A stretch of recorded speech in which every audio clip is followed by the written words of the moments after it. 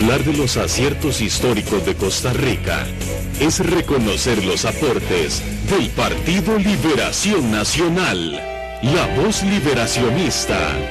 Desde la Asamblea Legislativa compartimos con usted las voces de Liberación Nacional. La lucha y en San Cristóbal.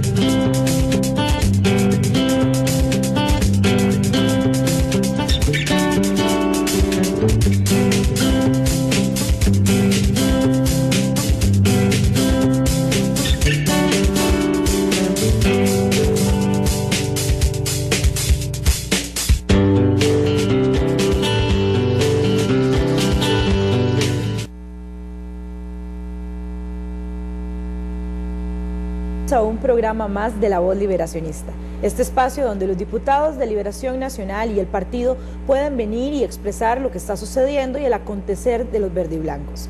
A continuación les vamos a presentar una cápsula donde vamos a mostrar un poco acerca de una de las actividades que se están preparando en este remozamiento del partido con el nuevo comité ejecutivo, que es el llamado Congreso Ideológico o Jornadas de Reflexión. A continuación. Presidente del Partido Liberación Nacional, anunció el lanzamiento de un Congreso Nacional denominado Jornadas de Formación y Capacitación, con el cual la organización política replanteará su pensamiento de cara a los retos de la Costa Rica actual. El movimiento, que se llevará a cabo a nivel nacional y regional, iniciará oficialmente el 6 de junio con una multitudinaria reunión de los verdiblancos en Belén. Como ustedes saben, amigas y amigos, una de las principales tareas de un partido político es la formación y la capacitación, no solamente con respecto a lo que son las responsabilidades del partido en sí, sino que con respecto a una agenda mucho más amplia. ¿Qué es lo que queremos en este país? ¿Cuál es nuestra visión de la Costa Rica ganadora y moderna que puede estar creciendo a un 8% en lo económico, generando el empleo que necesitan las nuevas generaciones que están entrando a la fuerza laboral entre ahora y el 2025? ¿Cómo es que podemos ser progresistas en lo social para empezar de manera certera a cerrar algunas brechas en este país? Esos son los temas que tienen que ver con formación y con capacitación en Liberación Nacional. Tuvimos la buena suerte y mucha fortuna en que un grupo de compañeras y de compañeros hubieran acometido la labor que les encomendó el comité ejecutivo y el directorio anterior de pensar y de reflexionar sobre las diferentes alternativas y propuestas que se podrían poner en práctica en un programa de capacitación y formación como este. Y al mismo tiempo contamos con el apoyo de otro grupo de liberacionistas que venía también pensando sobre estos temas para que aquí pudiéramos sacar una posición conjunta y pudiéramos ir adelante con ella. Hoy nos da mucho gusto anunciarles que este Congreso Nacional para la Formación y la Capacitación en Liberación Nacional arranca el próximo 6 de junio con una extraordinaria convocatoria a lo ancho y largo del país y que de ahí en adelante llevará a conversaciones en los 81 cantones del país sobre los temas que nos dará a conocer ahora don Fernando Berrocal, y que culminará con el cumpleaños número 65 del partido el 12 de octubre del 2016. El Congreso Nacional como lo dijo el presidente, va a arrancar el 6 de junio y tiene 6 ejes de trabajo que reflejan, a su vez pretenden ser la respuesta al nuevo Liberación Nacional que todos estamos empeñados en construir, y a contestar una pregunta de que qué es eso de ser un partido socialdemócrata en el tiempo que vivimos y en la Costa Rica actual, en el entorno centroamericano y en el entorno mundial. Esos 6 ejes de trabajo son los siguientes. Aspiramos y que además definen el tipo de partido que aspiramos a ser. En primer lugar, un partido que sea responsable en lo ambiental. Por supuesto, ahí hay toda una temática de preguntas, de respuestas, de inquietudes que tendrán que desarrollar un grupo de trabajo que se encargue de explicar, de poner en blanco y negro, de bajar a un nivel operativo, pragmático, con un sentido, sí, por supuesto conceptual, pero pragmático. ¿Qué es eso de ser responsables en lo ambiental? ¿Qué hemos hecho bien? ¿Qué hay que mejorar? ¿Qué nuevas ideas hay que incorporar? Pero sí esperamos hacer un partido responsable en lo ambiental, un partido progresista en lo social. Todos sabemos que Costa Rica es uno de los países de América Latina que más dedica a políticas sociales. Hay más de 20 programas, instituciones, bueno, pero ¿qué hay que hacer? ¿Cómo mejorar todo el sistema para no hablar solo de asistencia nacional, sino de desarrollo social, que es verdaderamente el concepto liberacionista, y cómo ser un partido que en medio de todo el contexto que estamos viviendo, de la globalización, de la necesidad de la inserción en la economía internacional, es un partido que sea progresista en lo social. El tercer eje es modernos en lo cultural. El mundo y la realidad en la que vivimos ha puesto una agenda de nuevos temas en materia de derechos humanos, una agenda que está en el país, que el partido no tiene una posición definida sobre esa agenda, y además todos estamos convencidos, por supuesto, ahí entra todo el tema de la educación, de que la mejor forma de desarrollar el país, y esto lo entendió Liberación desde el principio, es a través de la educación. Pero bueno, ¿cómo podemos ser modernos en lo cultural? Y todo eso con la idea a la vez, así como somos progresistas en lo social, de ser abiertos en lo económico. Parece que todos, de una u otra forma, especialmente los últimos 3 gobiernos de Liberación Nacional, que arrancó con el gobierno de José María Figueres, con el segundo gobierno de don Oscar y con el gobierno de doña Laura Chinchilla, pues ha habido todo un proceso de apertura, de inserción en la economía internacional, de cambio en el modelo de desarrollo. Bueno, ¿cómo se compagina todo esto de ser abiertos en lo económico? Que creo que ya es parte del pensamiento liberacionista, con una postura que a la vez sea responsable en lo ambiental, progresista en lo social y moderno en lo cultural, o sea, una visión integral que le dé respuesta a los problemas del país. Por supuesto, el tema de la ética, no solamente ser comprometidos, sino además cómo somos coherentes como partido, algo que decía aquí en una reunión que tuvimos Alex Solís, muy cierto, que creo que todos estamos de acuerdo, que a veces decimos unas cosas y cuando somos gobierno hacemos otras cosas, ¿no? El tema de la ética no es solo estar comprometidos con un proyecto ético, con un proyecto ideológico, con un proyecto político, con un proyecto programático, y cómo ser coherentes con ese proyecto, comprometidos en la ética, es otro de los ejes. Y finalmente todos estamos de acuerdo que de todo esto tendrá que salir, y es como un eje transversal, pues una nueva organización social. El Estado costarricense está obsoleto, es ineficiente, no responde a las necesidades, está quebrada la relación entre la ciudadanía y el Estado. ¿Cómo crear nuevas, cómo recuperar ese concepto del Estado eficiente, del Estado desarrollista, pero en las nuevas circunstancias? Y ahí también no solamente instituciones que están sobredimensionadas, que habrá que analizar en su trabajo, la Contraloría, la Procuraduría, la Sala Cuarta, los temas gruesos de la reforma del Estado, sino también incluso el tema político.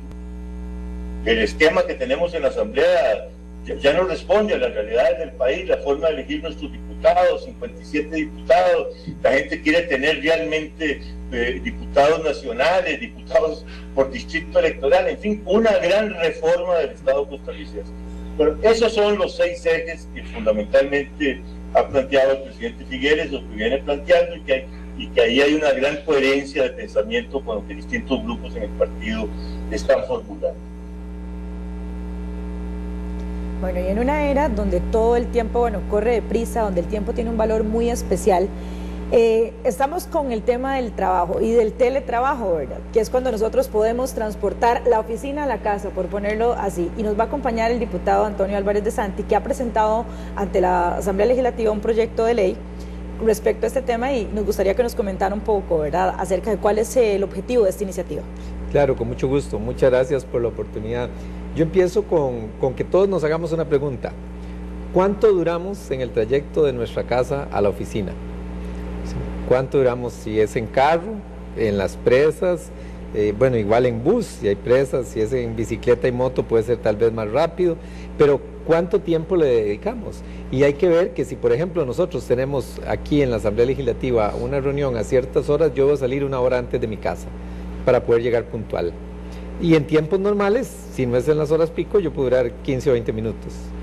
Pero bueno, la verdad es que todos los horarios están hechos para que escuelas, trabajo, entremos en horas más o menos parecidas, y entonces se dé ese problema tan serio en el tránsito y en la cantidad de carros y de vehículos en nuestras calles, que además no construimos calles nuevas desde hace mucho rato. Hay un segundo tema que también es importante, y es que mucha de la tecnología que hoy en día tenemos nos permite hacer cosas más eficientemente en un entorno diferente de nuestra oficina. Y eso entonces, desde el punto de vista de la eficiencia de la persona, vale la pena hacerse una pregunta. Bueno, ¿dónde soy yo más eficiente? Aquí en la oficina, donde tengo la tecnología X, ¿verdad? Si hablamos de la Asamblea Legislativa, tristemente, uno de los lugares donde existe la más mala tecnología de acceso al internet, de redes inalámbricas. A veces la gente no lo sabe, pero aquí no hay redes inalámbricas, solo en el plenario. Es el único lugar donde hay una red inalámbrica. En las comisiones, etcétera, nosotros no tenemos redes. Los diputados tenemos que conseguir nuestra propia red y buscar nuestro propio acceso de internet para poder trabajar bien. Entonces, eso, a cambio de poder estar trabajando en una casa con las comodidades, etcétera, es una gran ventaja. Si lo vemos desde la otra óptica de lo que significa el Estado, creciendo en gente, creciendo en oficinas, ahora que se habla si se compra un edificio para poder pasar la gente de Hacienda, porque cada vez que se crece hay que buscar más espacios, son razones importantes para justificar el tema del teletrabajo. ¿Qué significa? Que uno o varios días a la semana yo pueda, o varias horas al día, no necesariamente por días, puede ser también por horas, realice las funciones que a mí me corresponden de mi trabajo estando en mi casa y no teniendo que venirme a la oficina, durar esas 2 horas, una de ida y una de vuelta, para poder hacer el trabajo que a mí me corresponde. Esta iniciativa ya ha sido aplicada en otros países y ha visto, ¿verdad?, el efecto positivo que ha tenido en diferentes naciones. También es importante, ¿verdad?, saber que el teletrabajo permite el acceso de los diferentes colaboradores a bases de datos, a información, a accesos a tecnologías, como decía usted, incluso, ¿verdad?, más rápidas, más cómodas, y esto hace que las respuestas se den en un tiempo real. Entonces, ¿cuáles son específicamente, si pudiéramos nombrarle a los costarricenses, los beneficios de implementar la ley del teletrabajo para, sobre todo, por ejemplo, en lo que es el tema de funcionarios públicos o para el Estado? Bueno, yo empezaría por la eficiencia en el trabajo, ¿verdad? Si yo estoy en un ambiente bastante amigable para poder trabajar y con mejores condiciones tecnológicas, voy a ser mucho más eficiente. Lo otro es un mayor aprovechamiento de las horas del día. Como lo digo, quitándome esas 2 horas de ida y de vuelta. Pero además, si empezamos a quitar gente movilizándose a las mismas horas hacia su trabajo, también vamos a bajar la cantidad de vehículos que hay en las calles. Y ahí tenemos ahorros de combustibles y otros de carácter indirecto.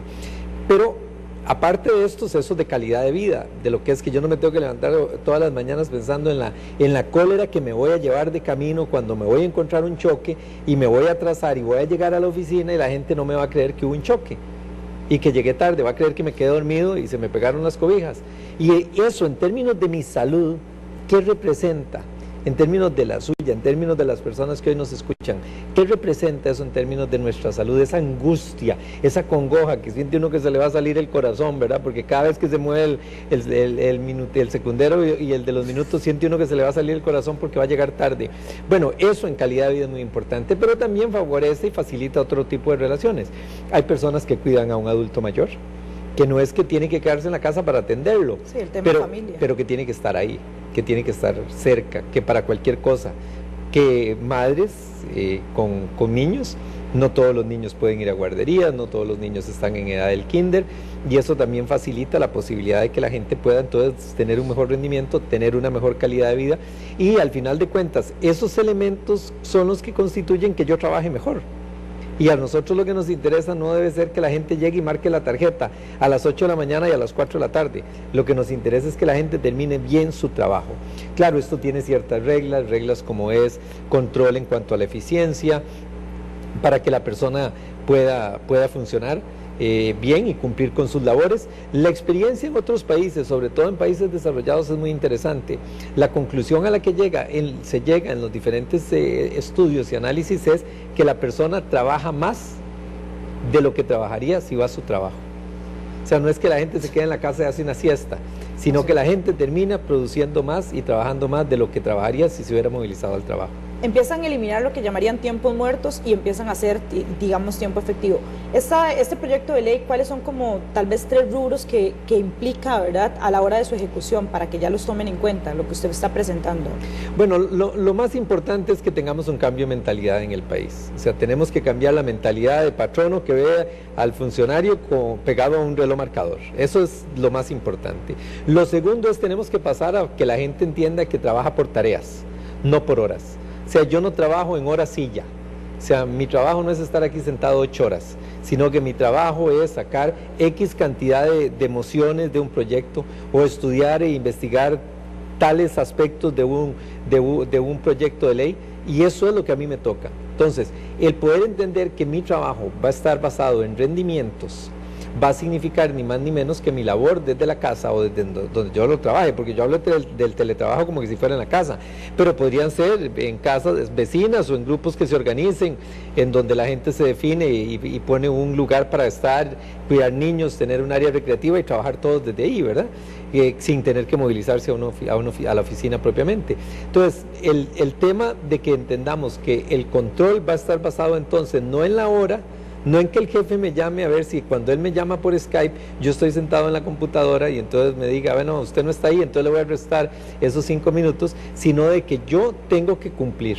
Hoy tenía que estudiar el proyecto de ley de los biocombustibles, y eso significaba investigaciones en países europeos desarrollados, y tenía que ver los Estados Unidos y ver los costos, etcétera, y que yo mañana puedo estar mandando a la oficina todo el reporte con toda esa investigación, y que eso ese es mi trabajo, no el venir a la oficina y sentarme 8 horas en donde puedo leer el periódico, pintarme las uñas o ver el partido del Real Madrid cuando va a jugar porque está Keylor, ¿verdad?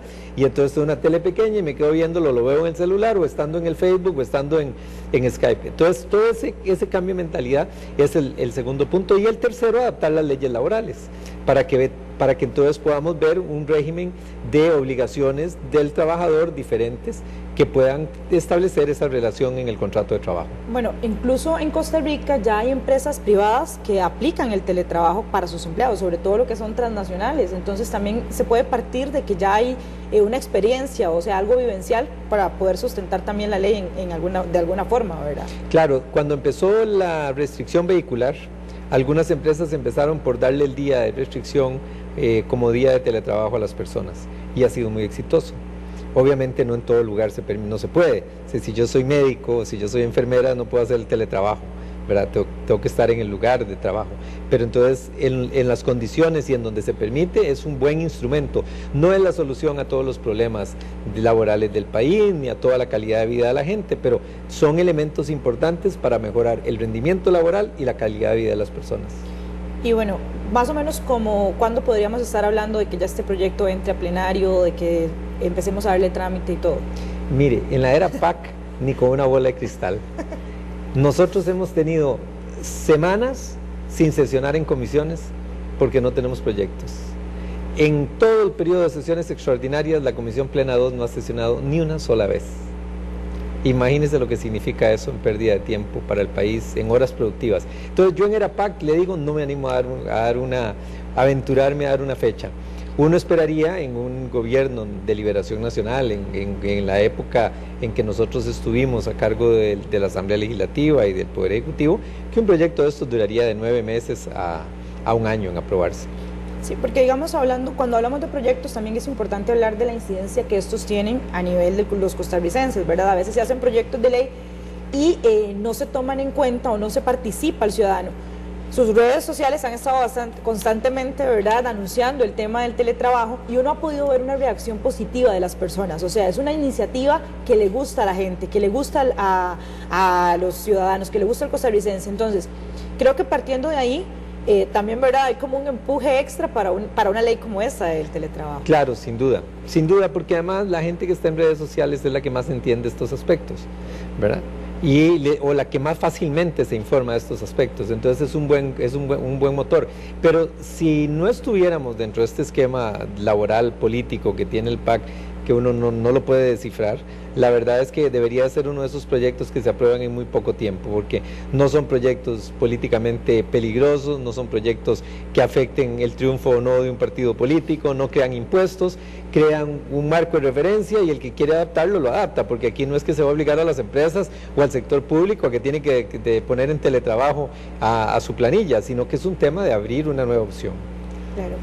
Y bueno, don Antonio, también hay algo muy importante ahora que usted mencionaba, y es el tema de una oposición responsable, que es una de las banderas que se ha venido manejando y que ha venido manejando Liberación Nacional, sobre todo, de poder proponer. O sea, no solamente estamos hablando de tener un gobierno que paraliza, tener una bancada que paraliza, una bancada que obstaculiza, sino más bien una bancada que se ha preocupado por presentar proyectos de ley de innovación, por presentar proyectos de ley de desarrollo.